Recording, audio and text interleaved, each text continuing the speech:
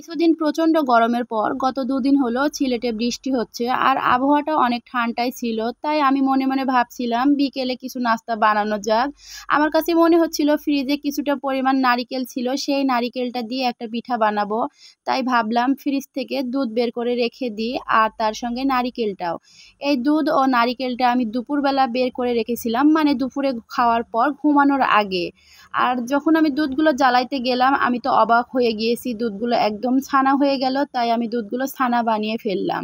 আর এখানে আমার কাছে খুবই খারাপ লেগেছিল, 1 প্যাকেট নয়, 2 প্যাকেট নয়, 3 প্যাকেট দুধ আমার ছানা কেটে গেছে। আসলে দুধটা নষ্ট হয়ে গিয়েছে। কিছুদিন আগে আমার প্রায় 5 প্যাকেট দুধ ছানা কেটে গিয়েছে। আসলে দুধগুলো কেন ছানা কেটে গেল বুঝলাম না, আর নষ্ট হয়ে গেল। আমার মনটা খুবই খারাপ হয়ে গিয়েছিল, ভাবছিলাম হয়তো আজকের দুধগুলো ভালো হবে, কিন্তু আজকের গুলো এই তো নষ্ট হয়ে গেল। এখন কি প্রতিদিন কি দুধ এভাবে ফেলে দেওয়া যায়? তাই ভাবলাম দুধগুলো দিয়ে একটা নাস্তা বানানো যাক। আসসালামু আলাইকুম। প্রতিদিনের মতো আবারও নতুন একটি ব্লগ ভিডিও নিয়ে হাজির হলাম। আশা করি যে যেখান থেকে ভিডিওটা দেখছেন, যদি ভিডিওর কোনো অংশে একটু হলে ভালো লেগে থাকে তাহলে লাইক দিয়ে ভিডিওটা কন্টিনিউ করবেন। আর আজকে আমি এক বানাইতে গিয়েছিলাম আর একটা রেসিপি হয়ে গিয়েছে আর কি। ভাবছিলাম বিকেলবেলা একটু পিঠা বানাবো, কিন্তু পিঠা বানাতে গিয়ে হয়ে গেল মিষ্টি। আর মিষ্টিটা আজকে আমি আপনাদেরকে দেখাতে পারবো না, মিষ্টিটা আমি কালকে দেখিয়ে দিব, কারণ আজকে অনেক রাত হয়ে গিয়েছিল আর আমার ভিডিওটা তো টাইম টু টাইম ছাড়া লাগবে। তাই ভাবলাম যতটুকু হয়েছে ততটুকু নিয়ে আজকে আপনাদেরকে ভিডিও বানিয়ে দেখাবো। এখানে আমার 3 প্যাকেট দুধের ছানা কেটে গিয়েছিল। ছানাগুলো আমি খুবই সুন্দর করে পরিষ্কার করে ঠান্ডা পানি দিয়ে ধুয়ে রেখে দিয়েছিলাম কিছুক্ষণের জন্য।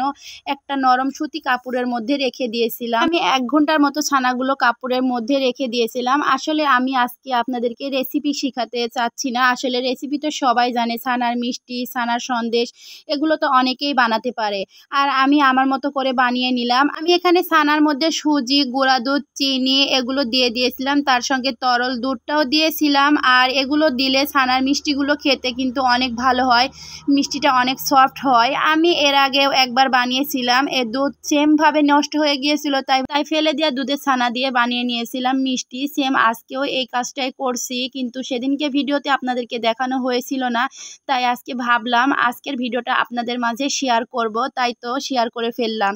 আর এই তো দেখুন আমি ছানাগুলো খুব সুন্দর করে চুলার উপরে তরল দুধ আর সব কিছু উপকরণ দিয়ে আমি সুন্দর করে নেড়ে নিলাম। এবার আমি একটা বাটিতে এটা বসিয়ে দিব।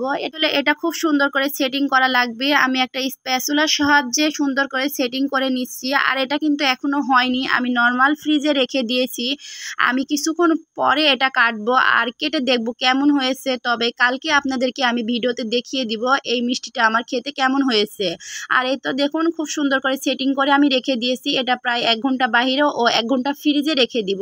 আমার ভিডিওটা কেমন লাগলো অবশ্যই কমেন্ট করে জানাবেন। সবাই ভালো থাকবেন, সবাইকে অনেক অনেক ধন্যবাদ। আসসালামু আলাইকুম।